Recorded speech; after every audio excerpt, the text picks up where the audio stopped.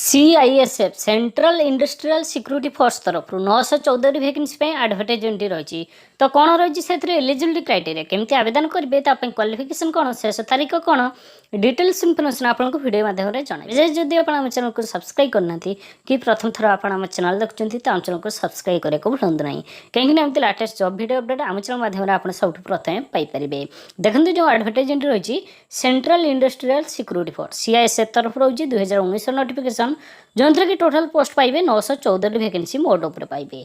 एथिरे vacancy details रही आपंकर फास्ट रही कुक रही 350 वैकेंसी, कबलर रही 13 वैकेंसी, बर्बर रही 109 वैकेंसी, वाशरमैन रही 133 वैकेंसी, कारपेंटर रही 14 वैकेंसी, स्वीपर रही 270 वैकेंसी, पेंटर रही 6 वैकेंसी, प्लम्बर रही 4 वैकेंसी, माली रही 4 वैकेंसी, इलेक्ट्रीशियन रही 3 वैकेंसी और बैकलॉग वैकेंसी 3 रही जोटा कि कबलर पाइबे गोटे, बर्बर रही 2 वैकेंसी मोड उपर 914 वैकेंसी मोड उपर रही। एथिरे कोमाने आवेदन करेंगे who can apply all India candidate से इलिजिबल अप्लाई करेंगे। जेंडर केवल मेल कैंडिडेट ही आवेदन करेंगे, फीमेल कैंडिडेट आवेदन करेंगे ना।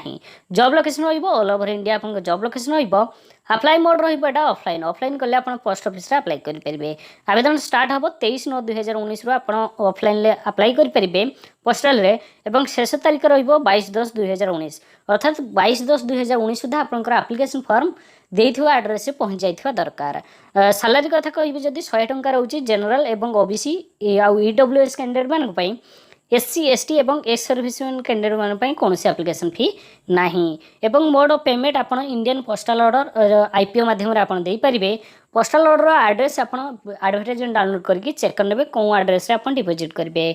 बयस सीमा रहिबो 1/8/2019 रोजी काउंट करेंगे यही डेट सुधा जहाँकि जनरल कैंडिडेट मान 18 ରୁ 23 वर्ष रही, OBC कैंडिडेट मान 18 ରୁ 26 वर्ष, SC ST कैंडिडेट मान 18 ରୁ 28 वर्ष। ये एज रिलैक्सेशन सहित आपको बयस सीमा जनइली। नेक्स्ट हूँ क्वालिफिकेशन क्वालिफिकेशन हूँ मेट्रिकुलेसन अर्थात 10वीं श्रेणी पास कर इलिजिबल किंतु जो जेकोसी ट्रेड जदि अप्लाई कर ट्रेड्रे जदि आप किसी सर्टिफिकेट अच्छी कि पास कर ट्रेड नहीं कि ट्रेनिंग नहीं तो आपंपाई बेटर किंतु स्वीपर पोस्ट कि माली पोस्ट जब अप्लाई कर कौन ट्रेड सर्टिफिकेट दरकार नहीं आपड़ सिंपल 10वीं पास कर इलिजिबल अप्लाई करेंगे। सालारी रोची 21,700 ରୁ 69,100 टंका ये रही स्केल पे सिलेक्शन प्रोसेस कौन प्रथम रोचे हाइट वार टेस्ट ये हूँ आपंकर फास्ट क्वालिफाइंग नेचर ये हूँ हाइट वार टेस्टा तापर रोचे आपंकर फिजिकल एफिशिएंसी टेस्ट एथरे रहिबो रनिंग रहिबो जहाँकि 1.6 किलोमीटर रनिंग करिया पड़ियो 6 मिनिट 30 सेकंड भितर। तापर रोचे आपंकर फिजिकल स्टैंडर्ड टेस्ट रहिबो तापर डॉक्यूमेंटेशन अर्थात आपंकर ओरिजिनल डॉक्यूमेंट जहाँ भी आप जेरेस सब देइथिबे ताको वेरिफिकेशन करेंगे अर्थात ओरिजिनल डॉक्यूमेंट आपको नहीं जावाक पड़ो जदि आप गुड़िक क्वालिफाई करछंती। नेक्स्ट हूँ ट्रेड टेस्ट अर्थात आप जो ट्रेड पे अप्लाई करछंती आपन से ट्रेड्रे से टेस्ट करेंगे अर्थात स्वीपर जदि अप्लाई करछंती आपन किसी क्लीन करने देवे जहाँकि सेटा रहा ट्रेड टेस्ट जो ट्रेड पे अप्लाई करेंगे आपको से ट्रेड्रे काम करा पड़ो। नेक्स्ट हूँ रिटन टेस्ट रिटन टेस्ट आपंकर 100 मार्क परीक्षा हम मोड उपर 100टी क्वेश्चन एथपाई समय पाइबे 2 घंटार समय पाइबे एवं एथरे सब गुड़िक ऑब्जेक्टिव टाइप क्वेश्चन पाइबे अर्थात ऑफलाइन हम OMR सीट देवे क्वेश्चन देवे OMR सीट आपन जोटा राइट आंसर सेटा जो ऑप्शनटा A B C D थी 4टा ऑप्शन आपन जोटा राइट आंसर सेटा को ब्लैक करियो OMR सीट माध्यम रे हबो आपनकर एग्जाम।